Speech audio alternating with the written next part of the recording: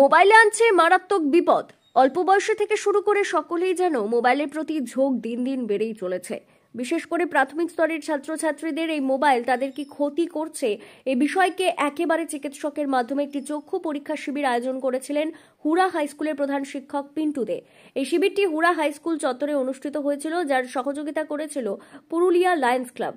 Purulia Lions ক্লাবের সভাপতি কাঞ্চন কুমার পাল সাংবাদিকদের মুখোমুখি হয়ে বলেন, এই ধরনের চক্ষু শিবির আমরা পুরুলিয়া জেলার বিভিন্ন স্কুলে করেছি। তাতে করে দেখা যাচ্ছে অল্প বয়সী ছেলেমেয়েরা তাদের দৃষ্টিশক্তি কিভাবে দুর্বল করে ফেলছে তারা নিজেরাই জানে না। তার একটি বড় কারণ হলো এই মোবাইলের প্রতি আসক্ত হওয়া এবং শাকসবজি না খাওয়া। এই পরীক্ষার মাধ্যমে বেশিরভাগ ছাত্রছাত্রীদের চশমার প্রয়োজন পড়ছে। আমরা লায়ন্স ক্লাবের পক্ষ থেকে তাদেরকে বিনামূল্যে চশমা দেওয়ার ব্যবস্থা করে থাকি। অপরদিকে হুড়া হাই স্কুলের প্রধান শিক্ষক পিন্টু দে জানিয়েছেন, আমরা একেবারে মোবাইল বিদ্যালয়ে আনার জন্য নিষিদ্ধ করেছি। ছাত্রছাত্রীদের সচেতনতামূলক এই পরীক্ষা যে খুবই প্রয়োজন ছিল, তারই জন্য এই শিবিরটি আয়োজন করা হয়েছিল। তাই এই শিবিরটি করতে সহযোগিতার হাত বাড়িয়ে দিয়েছে পুরুলিয়া লায়ন্স ক্লাব।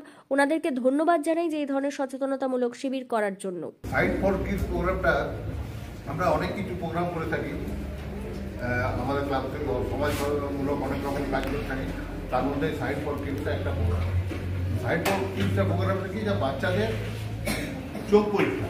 স্কুলে গিয়ে আমরা বাচ্চাদের চোখ পরীক্ষা করে দেখা যায় যে তারা জানেই না, অনেক বাচ্চা জানেই না যে তাদের চোখ খারাপ আছে, তারা বুঝতে পারে না যে চোখ কীভাবে কী করতে হবে, তারা জানি না। সেই ডিটেকশনটা করার জন্য, সেই পরীক্ষাটা করার জন্য আমরা বিভিন্ন স্কুলে এই প্রোগ্রামটা করি। তারপরে পরীক্ষা করার পরে তারপরে যে চশমা দেওয়া হয় বা যা করার করলে সেটা করা হয়।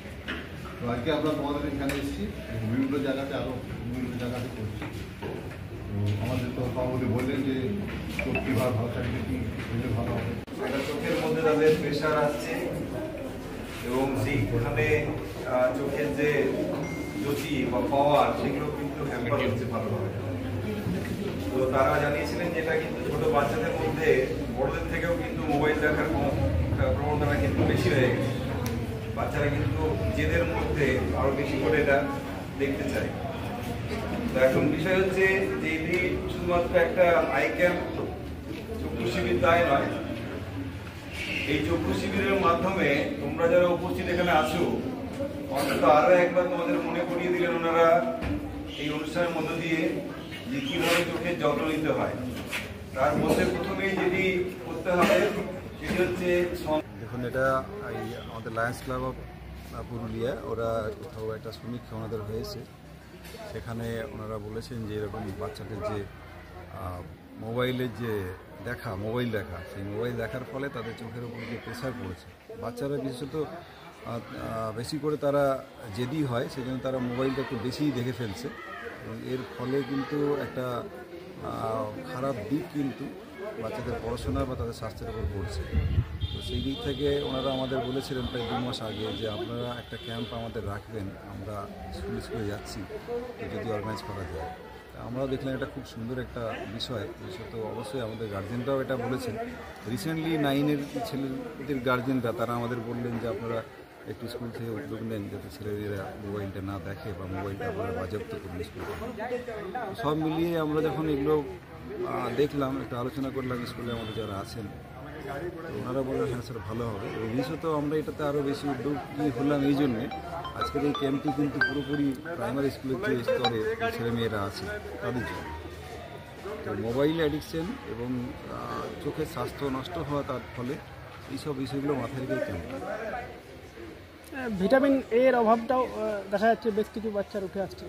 অবশ্যই এটা একটা সচেতনতামূলক শিবিরও বলতে পারেন, কারণ কর্মকর্তা যারা ছিলেন লায়ন্স ক্লাব অফ পুরুলিয়া তারা কিন্তু এটাও বলেছেন, ছেলেমেয়েরা অলরেডি জানে বিভিন্ন সচেতনতামূলক কর্মসূচির দ্বারা, পড়াশোনার দ্বারা, সেখানে কিন্তু এই যে সবুজ শাকসবজি খাওয়া বা গাজর বেশি করে খাওয়া, ডিমের যে কুসুম খাওয়া, এই বিষয়গুলো ছোট বাচ্চাদের অনেক সময় তারা কিন্তু জানলেও সেটা করে না। আরেকবার তাদেরকে এটা মনে করে দেওয়া হলো এই ক্যাম্পের মাধ্যমে।